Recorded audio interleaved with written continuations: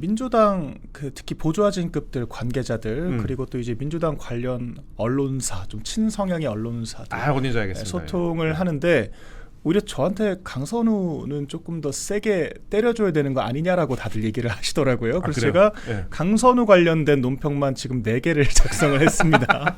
네. 근데 그런 민원이 여권에서 있다라고 하는 거, 그리고 여권의 지금 그 보좌진 피해 그룹들은 굉장히 분개를 하고 있어요. 왜 그러냐면 지금 민주당 스피커들이 약속이라도 한 것처럼 20명 정도 갈아치우는 것은 통상적인 수준이다. 이렇게 얘기를 하는데 그 갈아치워진 당사자들 입장에서는 부속품 취급을 하는 것밖에 되지 않거든요. 그렇죠. 그 정도는 바꿀만 하다. 의원의 고유 권한이다. 그런 식으로 얘기하는 게 글쎄요. 이게 피해자들을 바라보는 올바른 관점인가? 저는 그런 의구심이 일단 들더라고요. 그분들 다 한 명 한 명 앞으로 그런 얘기할 때 홍석준 의원님 얘기하시면 그러니까요. 한 번도 안 바꾼 의원도 있는데 통상적인 수준이라고 표현하는 것도 말이 되지가 않고 또 바뀌는 것도 이게 경사로 바뀌는 게 아니지 않습니까? 지금 그 정황들을 봤을 때는 다 안 좋은 일로 혹은 또 갑질의 피해를 당해서 도망을 갔거나 면책을 당한 것으로 보이는데 이런 상황들에 대해서 마치 보좌관들은 부속품에 불과한 것처럼 그런 이제 이 사람들도 자괴감이 들 수밖에 없죠. 그리고 지금 민주당이 총체적으로 2차 가해를 하고 있는 것이 강선우 후보자의 보좌진 갑질 문제를 또 다른 보좌관들에게 지금 지시를 해서 커버를 치게 만드는 거예요. 이거 얼마나 자괴감이 느껴지겠습니까? 이런 부분들에 대한 지금 상당한 성토가 있고요. 제가 살펴보니 지금 오늘 오전에 한겨레신문과 경향신문도 강선우 후보자에 대해서는 거짓말로 해명을 했다.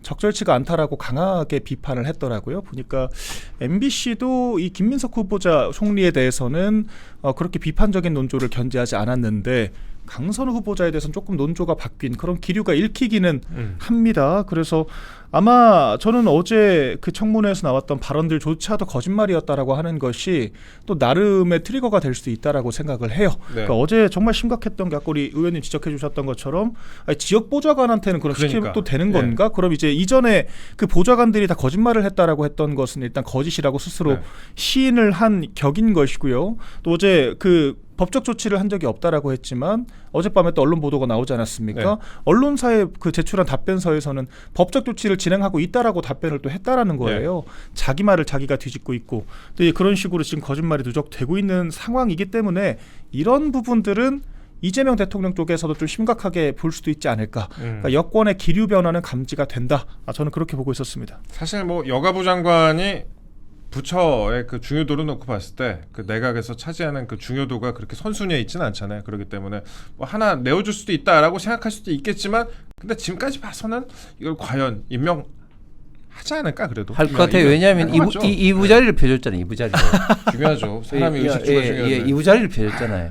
이재명 당시 대표 단식할 때 이부 자리를 펴줬기 때문에 저는 반드시 이제 하리라고 보고 그렇기 때문에 우리가 이제 이 문제를 더 좀 물고 늘어져야 되는데 민주당이 결국은 뭐 노동자를 위해서 약자를 위해서 뭐 어쩌고 저쩌고 하는 그런 것들이 완전히 거짓말인 게 강선우를 통해서 지금 여실히 지금 드러나고 있지 않습니까? 그런 거 보면 좌파의 민낯인 것 같아요. 자기한테 어떤 공천을 주는 사람이라든지 이부자리 우리 PD가 짓궂어요 좀 강자라든지 이런 사람들한테는 저렇게 이부자리도 이제 펴주고 약자한테는 정말 하인 부리듯이 종 부리듯이 부리는 게 정말 위선이 그대로 드러나고 있는데 뭐 강선우뿐만 아니지 않습니까? 김혜경 여사만 하더라도 경기지사 이재명 대통령 시절에 소연 씨를 통해서 조명인 씨에게 샴푸, 과일, 뭐 샌드위치 그런 어떤 심부름을 얼마나 많이 시켰습니까? 저는 윗물이 맑아야 아랫물이 맑았는데 강선우 꼭 이재명 그대로 본받았다 이런 어떤 생각을 들고 어떻게 보면 좀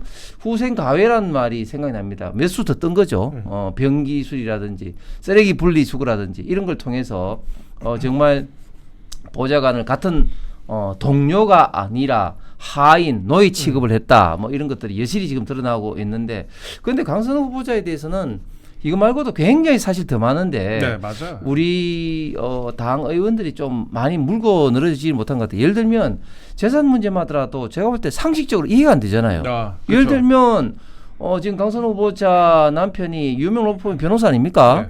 그래서 뭐 그 세전 소득이 뭐 9억 몇천이고 세후가 뭐 5억 8천 한 6억 정도 되는데 그러면 5년 동안만 하더라도 30억이고 강선호 후보자 본인도 국회 세비하면은 이제 30 뭐 몇억 5, 6억 채손 이상이 수입이 되는데 지금 강선호 후보자 재산 신고 내역이 얼마입니까? 3억 3천이에요. 아, 그 돈 어디 갔노? 상식 이해가 안 돼. 지난번 김민석 그 총리 후보자 정문회 때는 지출이 많아서 지출이 13억 정도인데 세비는 뭐 5억 몇천, 수입은 5억 몇천이라서 네. 이게 격차를 가지고 그걸 메우는데 생쇼를 했고 정반대네. 생쇼를 네. 했고 끝까지 그걸 해명을 못했잖아요. 그리고 자료도 제출하지 못했고 그런데 이번 강선호 후보자 같은 경우는 완전히 또 반대입니다. 그런데 이게 그 재산 축소 신고했다는 의혹이 계속 드러나고 있는 게 남편 지금 이제 주식 문제도 그렇고 본인의 어떤 까르띠에 시계라든 이런 것도 계속해서 드러나고 있는데 아무래도 타인 명의 혹은 뭐 어떤 기금속으로 갖고 있는 것을 신고하지 않는 그런 어떤 가능성이 굉장히 많다. 그렇기 때문에 이런 어떤 문제에 대해서 좀 더 집요하게 좀 파헤치는 어떤 노력이 필요할 것 같습니다. 집요하게 파헤쳐야 되는데 어디 청문회에서 뭐 울먹거리기도 하더라고요. 그 위장 전입 관련된 논란 이것도 이렇게 할 줄 알았어요.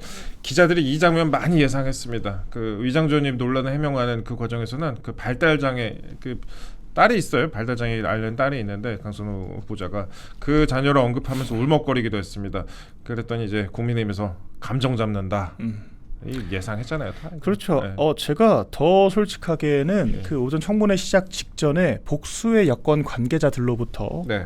오늘 강선우가 즙을 짤 것이다.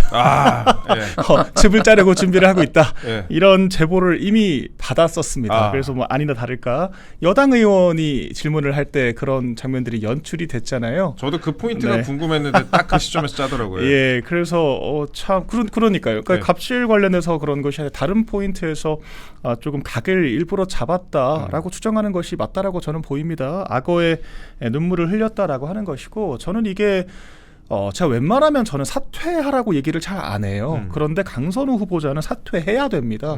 왜냐하면 지금 다른 부처도 아니고 여가부 장관이잖아요. 그러니까 이 사람이 도덕적인 흠결이 있지만 그 외에 능력적 자질적으로 너무도 훌륭해서 그 전문성 가지고 인정해 줄 만한 뭐 그런 지금 상황이 아닙니다. 여가부는 애초에 전문성과 자질이 중요한 것이 아니라 약자들에 대한 공감대가 그렇죠. 제일 중요한 거거든요. 근데 제가 봤을 때 민주당이었으면 이 명품부터 지적을 좀 했을 것 같아요. 그러니까 보좌관들에게 뭐 이제 이건 확인된 사실은 아닙니다만 이 증언들이 나온 것으로는 이 가구들 견적을 봐달라고 지시를 했다든지 백화점에 명품 쇼핑을 지시했다라고 하는 말이 있습니다. 그래서 재산 축적이 안 된 게 좀 사치스러워서 그런 게 아니냐라는 말까지 나올 정도인데 지금 여가부에서 저희 윤석열 정권에서 집행을 했던 양육비 선지급제 그 40만 원 양육비조차도 못 받는 한부모 가족들을 위해서 저희가 선지급을 해주는 그런 그렇죠. 정책인데 이마저도 기존의 아동수당과 겹치는 부분들이 있어서 20만 원만 줘야 되는 거 아니냐라는 그런 갑론을박들이 있었습니다. 그런데 지금 강선우 후보자가 차고 다니는 까르띠에 시계 1980만 원이라고 하거든요.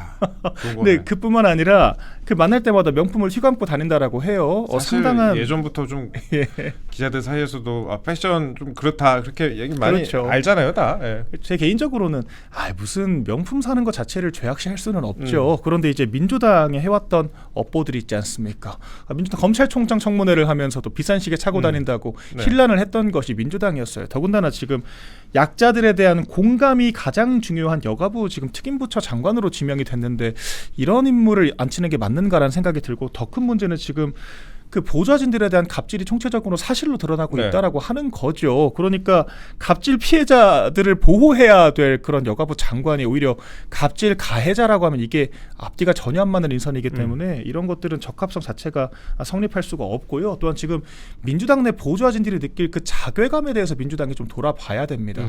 그러니까 민주당이 어쨌거나 정권 교체를 성공을 했잖아요. 강선우 같은 의원들이 이부자리 깔아줘가지고 정권 교체 된 거 아니거든요. 제가 봤을 때는 그 뒤에서 물심양면으로 묵묵히 보이지 않는 곳에서 헌신했던 보좌관들이 있었기 때문에 지금 민주당이 있는 건데 이건 이런 식으로 하는 거는 정말 이건 정파성을 떠나서 인도에 맞지가 않는 지금 행위들을 하고 있다. 저는 그렇게 보고 있습니다. 제가 그 민주당 의원들과 21대 때부터 지금까지 그 토론을 많이 했잖아요. 토론을 많이 하면 방송에서는 설사 뭐 싸우더라도 끝나면 악수하고 또 뭐 여러 가지 뭐 이야기도 하고 뭐 그런 게 좀 상례잖아요. 그런데 그 중에서 가장 매너가 없는 사람이 강선우였어요. 오, 인연이 있으시군요.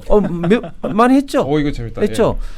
근데 저는 또 개인적으로는 또 같은 동양 아니겠습니까? 네, 대구 네. 출신이고 해서 맞아요. 같은 동양 출신이어서 이렇게까지는 좀 이야기하고 싶지 않은데 정말 개인적으로 만나서도 매너가 없는 사람이었는데 그런데 본인의 어떤 그 동료인 비서관 보좌관들에게 어떻게 대했을까 하니까 제가 보니까 안 봐도 눈에 선한데 이제 문제는 뭐 6명 면직 처분을 했는데 27명이 뭐 어떻게 됐다 이렇게 한 것도 사실 그게 확인은 안 되는 거잖아요. 그렇죠. 예. 왜냐하면 이제 그게 동일인이 몇 명 있는지 그런 건 자료로 확인할 수가 없는 거기 때문에 그런 식으로 이제 제가 볼 때는 좀 변명을 하고 있는데 지금 본인이 이야기하는 그 숫자만 하더라도 사실은 어마어마한 숫자입니다. 어마어마한 숫자이기 때문에 대부분 거기서 마음의 상처를 입어서 뭐 개인적으로 자발적으로 나왔든지 아니면 또 강선우 본인이 나가라고 또 뭐 했든지 그런 두 가지 케이스일 텐데 제가 봤을 때는 강제적으로 나가라고 한 케이스가 훨씬 더 많을 거예요 아마. 그렇기 때문에 그런 사람들이 지금 현재 그 불만이 폭발돼서 여러 가지 어떤 댓글이라든지 정언이 쏟아져 나오고 있는 지금 나오고 있는 정언은 실제 현상에서 벌어지고 있는 강선우라는 사람의 갑질이 제가 볼 때는 100분의 1도 안 될 거라고 생각합니다. 이거 직접 목격하신 홍석준 의원님 말씀하셨습니다. 홍석준 의원님 마음속에 최악이었던 강선우 후보자에 대해서 얘기를 좀 저희가 짧게 좀 해봤습니다. 이것까지만 좀 얘기를 나눠볼게요. 강선우 후보자가 사실 여의도에서만 욕을 먹는 게 아니에요. 그 미국에서도 욕을 먹고 있더라고요. 강의 평가 관련해서 좀 논란이 되고 있는데 미국 학생들이 저희가 사진을 띄워드릴 건데 그 올린 사진이 있습니다. 그 사이트가 있는데 강의 평가 그러니까 1.0 그러니까 거의 바닥으로 평가를 하면서 테러불이었다, 드레드풀이었다, 끔찍했다 그냥 강의가 끔찍했다. 그리고 지금 장관에 지금 지명이 됐다는데 웃긴 일이다. 한국의 행운을 빈다. 이런 식으로 아주 조롱을 하는 글까지 미국의 이제 사이트에 올라왔습니다. 미국의 그 강의 평가 사이트에 올라왔다 좀 말씀을 드리고 이게 그러니까 강선우 후보자가 예전에 수업을 하고 있다가 수업을 이제 그 미국에서 수업 그 조교수를 맡았고 뭐 이제 사우스다코타대라고 이제 강의를 맡았고 하고 있다가 이제 중간에 귀국을 합니다. 총선에 출마하기로 결정을 하면서 중간에 귀국해갖고 정치 활동을 했다 그랬더니 학생들이 이게 뭐야 이러면서 이제 강의 사이트에다가 1.0 이렇게 기록을 했었던 수업이 장난 같았다. 강 교수는 내내 행방불명이었다라는 그런 코멘트가 올라와 있다고 합니다. 그러니까 이게 자기 그런 비위를 고발한 보좌진들에 대해서 네. 근무태만 운운하면서 악마화를 시도를 했는데 이런 거야말로 바로 근무태만 아니겠습니까? 어쨌거나 자기 직업을 내던지고 정치에 발을 들였다라는 건데, 그러니까 2016년에 19대 총선이었죠. 당시 비례대표로 출마를 했던 걸로 나와 있습니다. 그래서 20번대 후반대를 받아서 결과적으로 낙선을 하게 된 것이고요. 그래서 민주당에서 바로 부대변인으로 낙점이 됩니다. 그래서 강의를 하는 것이 아니라 민주당 부대변인 활동을 했다. 그래서 정치 때문에 직업 윤리를 저버렸다. 이렇게 보는 것이 맞다라는 거죠. 그리고 그 학생들의 증언들을 보면 강선우 본인이 바빠지면 바빠질수록 과제만 늘어났다라고 하더라고요. 네. 그러니까 부족한 그런 강의 준비 시간을 과제로 때우려고 했다. 그렇기 때문에 최악의 평가가 이어지는 게 아닌가라는 생각이 들고 이렇게 좀 총체적으로 부적격한 인물을 끝까지 끌고 간다라고 하면 이건 정권에 심각한 부담이 되지 않을까. 저는 그런 생각이 아니 근데 우리 그 이동재 기자 취재력에 대해서 제가 오늘 이 자료를 보면서 다시 한번 감탄을 했는데 어떻게 해외까지 이런 어떤 자료를 이제 갖고 있었는지. 제 영어 공부 요즘 열심히 하고 있습니다. 사우스 다코타가 사실은 이제 옥수수밭이라든지 이런 농촌 지역인데 뭐로 유명하냐면 그 대통령 얼굴 있는 러시아 마운트 있지 않습니까? 그곳으로 있는 곳이 이제 유명하죠. 그런데 미국에서는 이런 학생들의 평가가 아주 중요하게 교수들의 평가에 의해서 이제 좌우가 되는데 미국 학생들이 사실은 우리 그 외국 그 교수들을 볼 때 뭐 개인적인 어떤 친분이라든지 뭐 그런 걸로 평가를 하지 않을 거 아닙니까? 그렇기 때문에 순수하게 교수로서 이제 자질, 행동 이런 것으로 이제 평가를 할 텐데 결국은 제가 볼 때는 이런 평가가 이 사람의 가장 정확한 평가일 것 같습니다. 그 강선우를 지키고 이진숙을 낙마시킬 수 있다 그런 관측도 좀 나옵니다. 그러니까 이재명 대통령이 지금 본인이 꽂은 사람이 아니고 추천받은 사람이다라는 식으로 이제 인터뷰 얘기를 하고 있거든요. 그래서 뭐 정규재 전 기자가 방송에 나왔고 얘기를 하는데 추천받은 사람인데 문제가 있는 것 같아 안타깝다라는 취지로 답변을 했냐라는 진행자의 질문에 약간 그런 것이었다라고 이진숙 후보자에 대해서 얘기를 했습니다. 반면에 이제 강선우 후보자를 두고는 강선우를 두고는 마땅한 여성 후보자가 많지 않은 상황을 아쉬워했다. 그러니까 이거는 여차하면 이진숙은 버릴 수 있다. 근데 강선우는 함께 갈 것 같다. 이런 식으로 관측을 좀 많이 하는 것 같습니다. 저희가 윤석열 전 대통령 대면 조사가 불발이 됐습니다. 특검에서 강제 구인 절차에 들어갔어요. 강제 구인 절차. 근데 서울구치소 측에 특검으로 인치할 것을 지휘하기도 했습니다. 그러니까 서울구치소에 윤석열 전 대통령 특검으로 데려와라 이렇게 지휘를 하기도 했었는데 일단 윤석열 전 대통령 측은 건강상의 이유로 특검 출석이 어렵다라고 밝히고 있습니다. 여러분들 좀 궁금해하실 것 같았고 제가 잘 알잖아요. 짧게 좀 말씀드리면 지금쯤에 서울구치소가 굉장히 덥습니다. 80 이게 또 취재를 한 게 있으니까 얘기를 해야죠. 이제 80 보도가 잘 안 되더라고요. 이제 알고 있는 부분을 좀 짧게 좀 설명을 드릴게요. 거기가 87년도인가 아마 건축을 한 건물이에요. 그래서 86년도인가 7년도인가 이제 완성을 했기 때문에 지금 굉장히 건물이 오래됐고 그 단열도 안 되고 그다음에 여름철에는 또 굉장히 더워요. 굉장히 덥고 특히 이제 1, 2, 3층으로 되어 있는데 3층에 만약에 배정이 됐다면은 이거는 숨도 못 쉬게 더운 그런 방이다라고 말씀을 드리고 지금 2평대 방에 이제 배정이 됐다. 윤석열 전 대통령 같은 경우 배정이 됐다고 하는데 보통 전직 대통령 같은 경우에는 뭐 3평 이상 되는 뭐 5평, 4평 정도 되는 그런 방, 여러 사람들이 쓰는 방에 보통 배정을 하기 마련인데 이번에 2평대 독방에 배정을 했다고 하는데 물론 뭐 다른 독방보다는 좀 넓은 방입니다. 그럼에도 불구하고 지금 이제 거기 시설이 선풍기가 한 50분 정도 작동을 하고 10분 정도는 쉽니다. 이 과열 방지를 위해서. 그리고 냉각 시설이 없고 저는 물론 이제 죄를 지었으면은 벌을 받아야 되고 힘들게 지내야 된다는 일각의 사람들의 주장에 동감을 하는데 그 구치소의 경우에는 교도소가 아닙니다. 그러니까 형이 확정된 곳이 아니기 때문에 무죄가 추정되는 곳이기 때문에 과연 무죄가 추정받는 상황에서 그런 식으로 좀 약간 시설 같은 거나 그런 부분에 대해서 과연 좀 너무 힘들게 지내고 있는 거 아니냐라는 일각의 지적에 대해서 저도 어느 정도 좀 일리가 있다고 생각을 하고 있고 아주 실감나게 그렇죠. 구치소 같은 경우는 교도소랑 다릅니다. 구치소 같은 경우에 사람이 형이 확정되기 전 이전과 이후를 저는 구분해서 봐야 된다고 생각하고 아주 실감나게 현장을 묘사를 하셨다. 묘사가 아니라 이거는 뭐라고 할까? 웃으면 안 되는데 그냥 저 갑자기 옛날 생각나고 딱 이때쯤이었고 제가 왜 그러니까 특검 얘기를 좀 더 말씀을 드리면 강제 구인 얘기가 나오는데 왜 뭐 강제 구인 안 하냐라는 식으로 일각의 일부 언론에선 지적을 하기도 하는데 사실 출정 거부 의사를 밝히게 되면요 구속 이후에 피의자가 출정 거부 의사를 밝히게 되면 피고인이 출정 거부 의사를 밝히게 되면 자범이라 할지라도 어떤 자범이라 할지라도 교도관이 함부로 데려갈 수 없어요. 그래서 검찰이 조사하겠다 하면은 나 지금 오늘 못 가겠다 이런 식으로 해버리면은 그냥 다 안 가는 거예요. 그래서 전직 대통령으로서의 최소한의 예우 문제도 있을 뿐더러 이제 일반적인 절차에 대해서 제가 말씀을 드렸습니다. 이거는 저희가 뭐 윤석열 전 대통령을 뭐 옹호하자고 하는 것도 아니고 일반적인 절차에 대해서 간단하게 좀 말씀을 드렸다.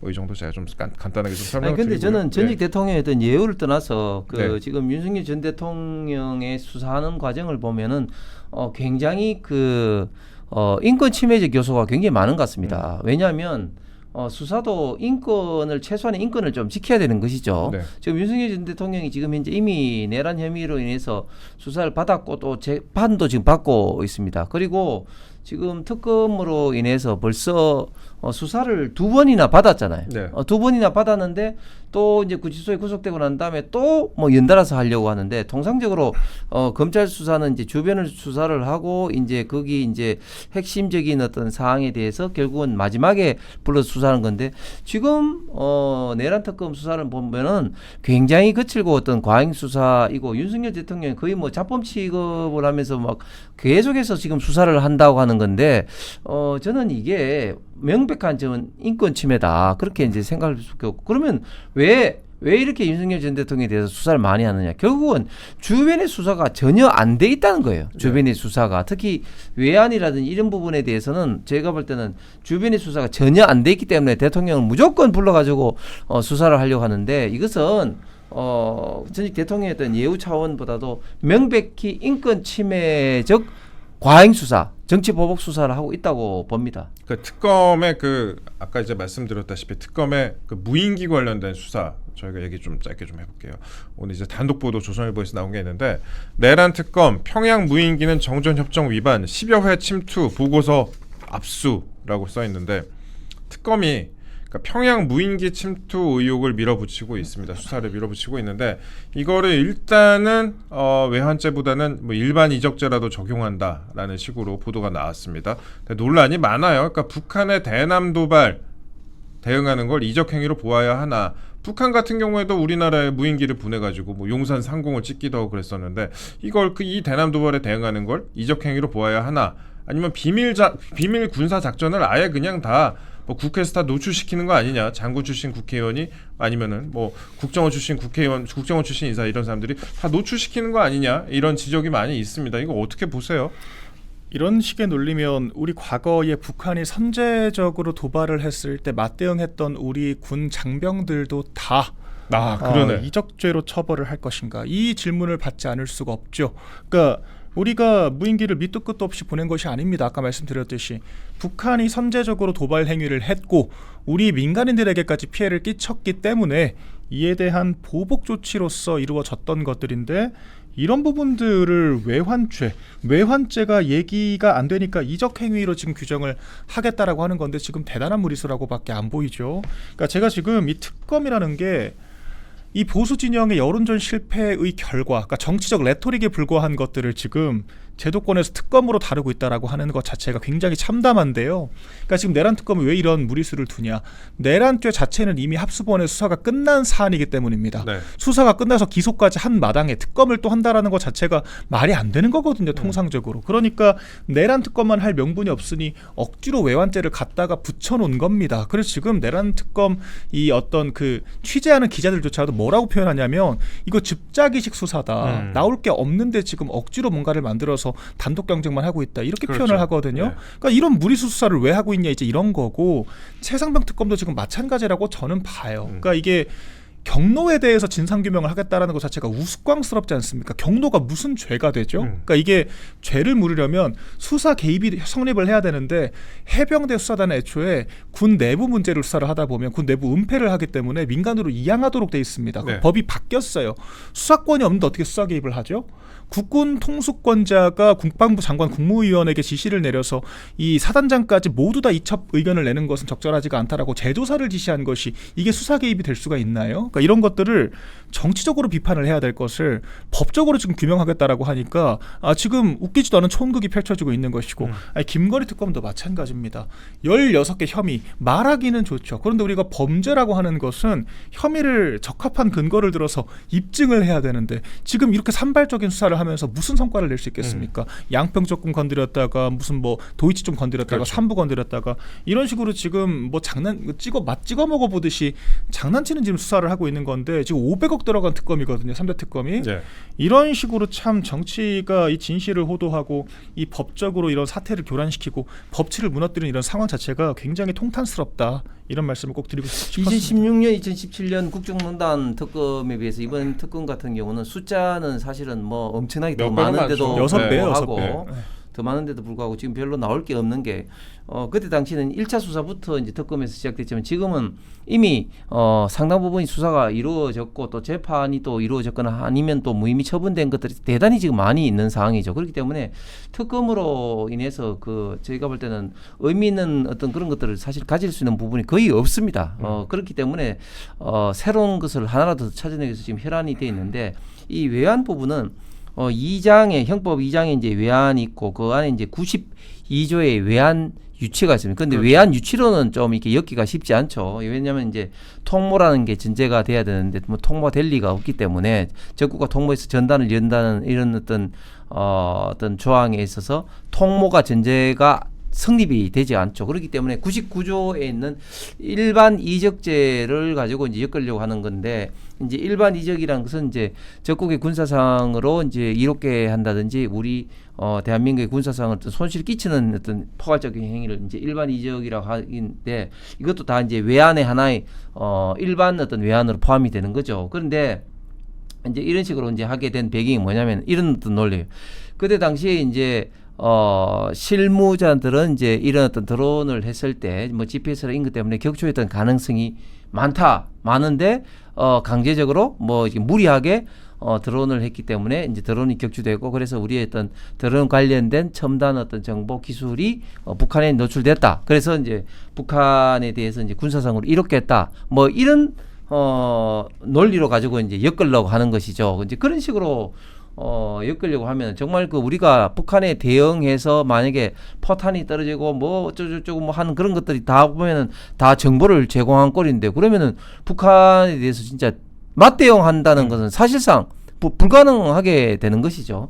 3대 특검의 지금 이제 구조를 보면 지금 조은석 특검 같은 경우는 이제 검찰 출신이고 하기 때문에 굉장히 지금 이제 좀 뭐랄까 좀 사냥개식인 이런 어떤 수사를 지금 하고 있는 그런 과정이고 지금 최혜병 특검이라든지 특히 또 김건희 여사 특검 같은 경우는 좀 상대적으로 좀 수사력이 좀 떨어진다 이런 좀 평가를 많이 받고 있는 그런 단계입니다. 그렇기 때문에 지금 3대 특검이 거의 뭐 경쟁적으로 수사를 하다 보니까 굉장히 좀 과잉 수사도 되지만 또 특검 간에 이런 어떤 통일된 어떤 그런 어떤 것도 지금 제대로 이루어지고 있지 못하니까 굉장히 보기에도 조금 거칠어 보이지만 또 내부를 들여다보면은 과잉 수사가 되고 있는 면이 굉장히 많은 것 같습니다.